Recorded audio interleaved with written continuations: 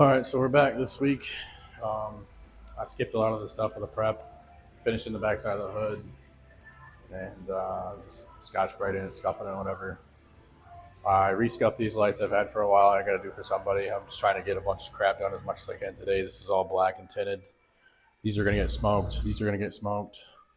This is going to get painted black, sealer and then black, sealer and black, sealer black. Just trying to do it all as much as I can at once. I'm probably not going to do a whole lot of explaining. I'm just going to show updates. I feel like moving forward, I think there's a lot of videos, a lot of other things, and a lot of this stuff's just boring. So I'm going to talk a little bit, I guess, while I'm doing this real fast. Is just wax and grease. I already wiped everything down with actual glass cleaner. The sprayway stuff you can probably see real far back there. You can get it on Amazon. I like that stuff as a pre-wipe. It's got alcohol in it, which actually helps a lot with static on plastic parts. They make static wipes. I think DeVilbiss makes them. They're expensive as hell, and it just smells like alcohol. So there's actually videos on people that make their own static spray, and they make guns, little neutralizer guns that are expensive as hell. But the spray works pretty good, and it's cheap. So I just stick with that. I think some guys are doing like 2-to-1 or 1-to-1. I can't remember what it was. Again, there's videos of it on how to make it, and it's just alcohol and water. It's diluted alcohol, so the alcohol helps with the static. I think a lot of people fight that more than they realize with plastics and even metal. There's old school tricks with metal and stuff. They'll used to actually run chains out and ground the car to help prevent static electricity. It happens on everything. So you're sanding, you're wiping, you're rubbing, all kinds of stuff. It's just everywhere. But yeah, so I just stick with the glass cleaner. It's easy, it's cheap, works.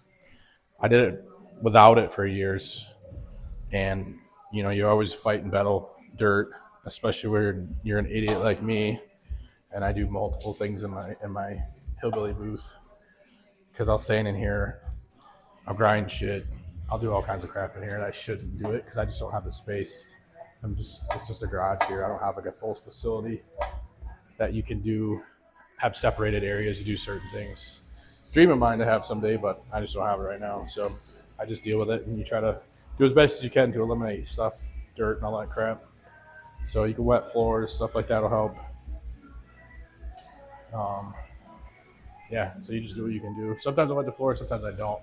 I actually cleaned this really well yesterday and blew it out a few times with the booth on the whole time to help suck stuff out. And then I'll probably turn the booth on here, let it run for 30 minutes while I'm getting all my other stuff together and ready. I let the booth run or the fans run so it can help suck any stuff that's kind of floating in the air out, hopefully. There's a lot of prep involved with trying to get good, clean jobs, but at the end of the day, you're going to get dirt no matter what. There's people that have $100,000 booths, still get dirt. It just is what it is. You'll never not get it. So there's guys that have a lot better luck than I do. They have nice setups. And again, they don't sand in their booth. People use carpet. I've thought about it. If I could ever get to a point to where I'm not prepping in here, I might do carpet. But it just don't fit my world right now. So, yeah, I just do what I can do, get by. A lot of the stuff I do gets wet sand and buff, so it don't matter. If you get dirt in there, you're gonna sand it out anyways. So, but try your hardest, do a good clean job. Sometimes I get lucky on some lights and small things I can send it without wet sanding and buffing. Hopefully these lights come out decent enough. But the harder you try, the harder you cry, it seems. The more you care about things, the more goes wrong. The jobs you don't give a crap about, you don't even clean the booth for, come out the best. It's just because you don't care. It just comes out amazing. And you're trying to be perfection. That seems like everything can go wrong, goes wrong. Yeah, there's nothing you can do about it. So, yeah, I'm going to finish wiping this up, get it ready, and then I'll bring you guys back when I'm getting ready to spray everything.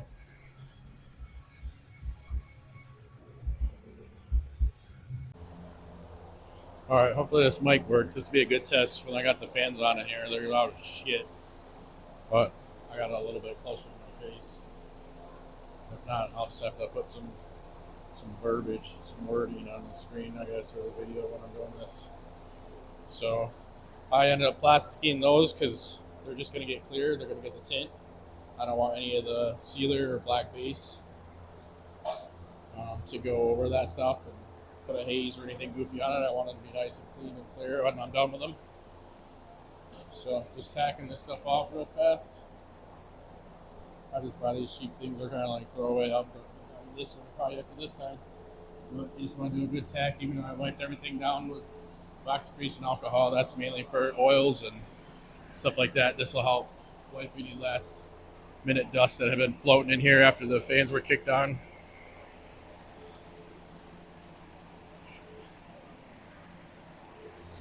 And then I'll grab the gun and go to a time lapse and start spraying. Let's see if we can, how good we can mess these things up. Actually, it's been a little bit since I sprayed something. Actually, it's been weeks, I think. I don't know. I can't remember last time. I haven't been spraying a lot. Like I said, I haven't taken on very much. So I'm just wondering if I catch up. So, yeah, that'll be interesting. Temperature's decent in here though. 60 right there, so that'll be good enough. It's on the little bit colder side. I don't mind it though, because it'll help things flow out a little bit. But you gotta watch it because then you can run.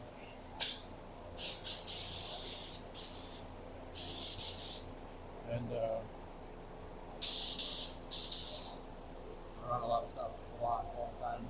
You see me run the primer on this, so all right, let's see what we can do.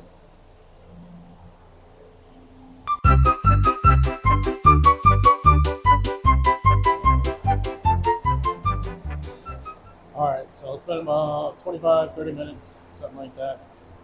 I went and made the base coat while I was waiting for it to dry. Kind of what it looks like. Came out decent. There is a couple runs on the back side of the hood, but I'm not worried about it. It's the bottom side. But it looks nice and smooth now after all the sanding and body work stuff. Not really body work, just mainly sanding and blocking the primer. It all looks good. Nice and smooth. So this, I didn't prime these. I don't know if you could tell in the beginning. So I ended up just sealing it and putting 2 heavy ass coats of sealer on, which is a thinned out primer. This is probably a no-no to most guys, but it works. I don't care. If it was silver or something, or a more sensitive color than black, I would have primed it and all that stuff. But I wasn't too worried. They weren't beat up bad. You can just kind of see them little shapes in there. Yeah, like right there. That's where I broke through before into the metal. Right there, all that stuff. That would show definitely on like a silver or a metallic color and stuff, but it's not going to show on black. But I did scuff this, put 2 heavy coats of sealer on it, let it flash off, and then re-scuffed it a little bit just to kind of knock that down a little smoother, I guess. It was smooth, but it's just something that I've done before on parts like this, and I've had luck just fine with it. You don't have to prime it. So it technically is primer, so it's 2 coats of sealer, aka thin primer. But if you want to do it technically right, you would prime them, let them dry, then re-sand them again, all that fun jazz. But this is just what I'm doing to get through these so I can knock this stuff out. Yeah, I did that while I was waiting. I didn't want to videotape that, so you see there. I wasn't going to show you. Sometimes I can be a sneaky little flat, but I decided to show you. So I'll spray this real quick. Get probably the first coat of black on. I'll time lapse that actually. I'll get the first coat of black on, and then I might come back when I'm clear.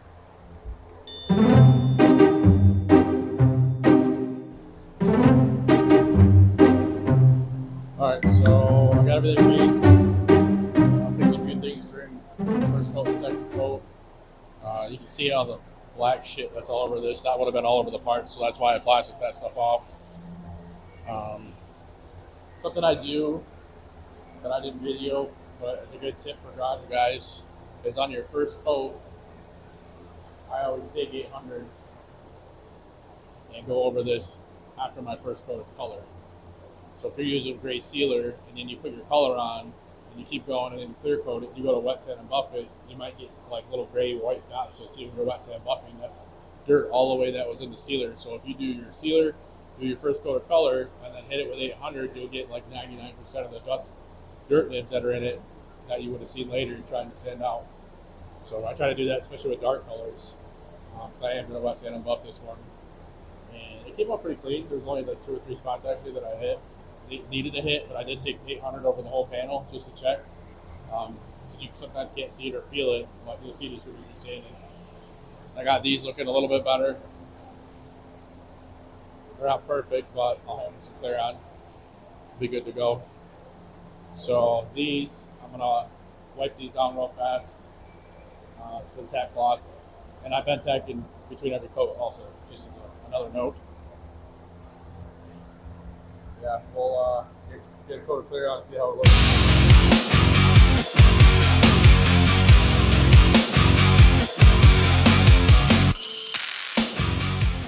All right, so got it finished up. I ended up doing 3 coats. I switched guns. Actually, on my 3rd coat, I just wasn't happy with what the DB1 was doing. I don't know. I can't say I've ever been fully happy with that gun, but it is what it is. Did a few coats on these.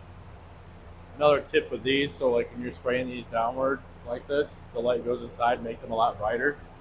So you actually need to do less is more. So if I can pick this up. As you tilt these up, they'll get darker.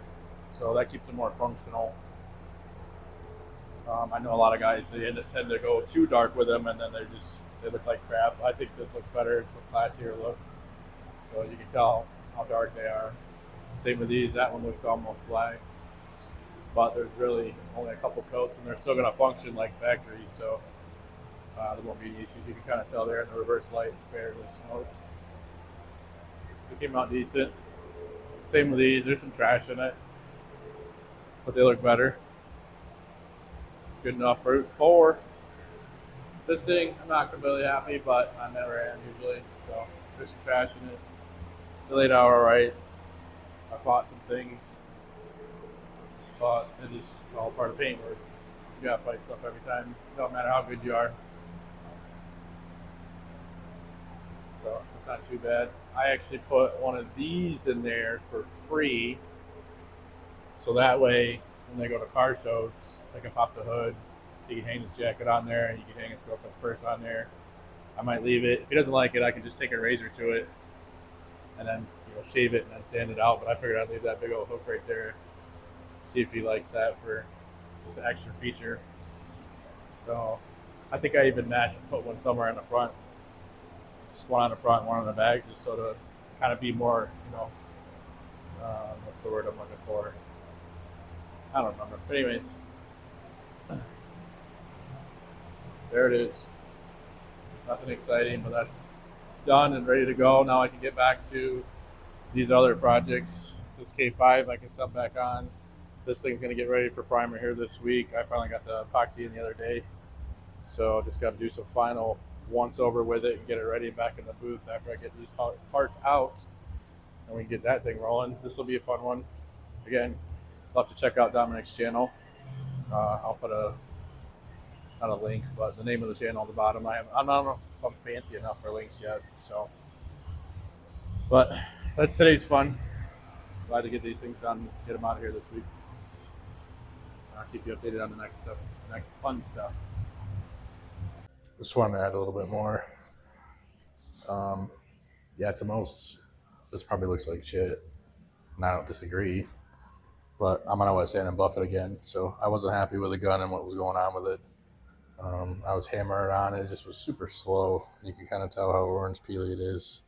You can see it in the reflection or not. Yeah, you can kind of see it there on my pants. So certain areas are a little bit better than others. It's just inconsistency with the gun I was having. And I changed I think I did the first coat on this stuff with a 1.4 needle and the DV1, and I didn't like it. So I switched to the 1.3, which is slower, but it's supposed to atomize a little bit better. It was just still so slow. And this clear is so freaking thick. It's 45% solid. So sounds like excuses. I'm just explaining why I could use a cheaper clear. It's way thinner and lay it out nicer and all that fun jazz, but it's a way thinner clear. And I've just gotten to where I use this more high solid stuff. You know, it sprays different. It's a little bit more. It's not as user friendly. I hate to say that, unfortunately. I've been spraying it for a little bit, and sometimes it gets to come out good. Sometimes it gets to come out like crap. So I'm gonna cut and buff this, so I'm not really upset about it. It is what it is. I'd rather have the film build and the build with the 3 coats and it look like this than, you know, hammer on some cheap stuff. So there's cheap stuff that lays decent. It's like $100, $125. This is about $300 a gallon, and it doesn't shrink though like the $100 stuff. So this looks like this, but it's gonna look like this if I never touch it. If you spray the $100 stuff that looks like glass in your booth and looks awesome, a week later it shrinks. It looks like crap. It looks worse on this. Actually, it'll dye back, all kinds of stuff. So some guys will say it won't. I don't know. I've had a lot of the cheap stuff shrink back. It's just there's a lot more solvents in it that evaporate and it shrink, and they don't hold up. It's meant for, you know, body shops and production, high production. This stuff, you know, I'm not going to touch these lights. They're going to look like that forever. So damn near forever, I should say. Probably longer than these guys are on these cars. But you put the cheap stuff on it, and I've seen it come back like a month or 2 later, and it looks like it's just all sorts of shriveled up, and it's just all the solvents gone out of it, so it shrinks. There's no body left to it. There's no meat to it compared to this kind of clear, you know, not this specific name clear, but just pay attention to high solids or solid content and clear coat. And it all makes a difference in how it sprays. It all makes a difference in how long it lasts. You know, show car stuff, I would consider this a kind of a show car clear, I guess. They have a higher solid content. They're thicker clear. They're meant for build. They're meant for you to wet sand and buff. These 3 coats are probably equal to 4 or 5 coats of most of other clears. But I can wet sand the shit out of this and buff it and know that I got plenty of clear on it, and it's going to look good and stay good for a long time. So I just wanted to add that. I know it sounds like a bunch of excuses, but just explain a little bit more why it looks like what and how things are different, where the way I do it versus like a body shop, I guess, or a production shop. It's different materials, different world, different everything, different parts, different opinions. They're not all right or wrong. I'm not right, I'm not wrong. Body shops aren't right or wrong. It's a whole different world. So hopefully that makes sense. And so I just rambled on about clear coat for, I don't know, 4 minutes now. But I did want to do a quick last walk around.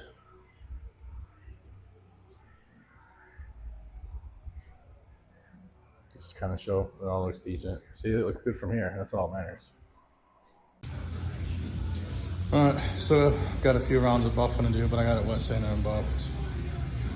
It's turned out pretty good so far. It was dust, you can see from it, but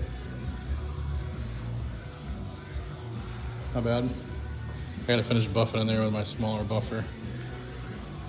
But I'd say ready for this weekend.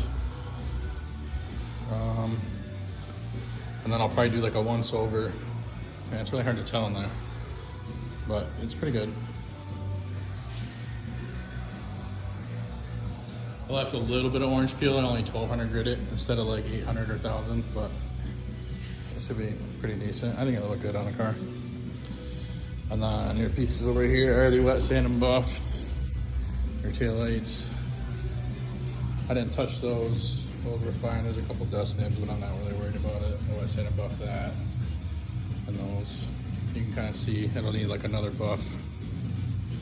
But when it's outside, it's just these butt hurt lights. Yeah, they look good though.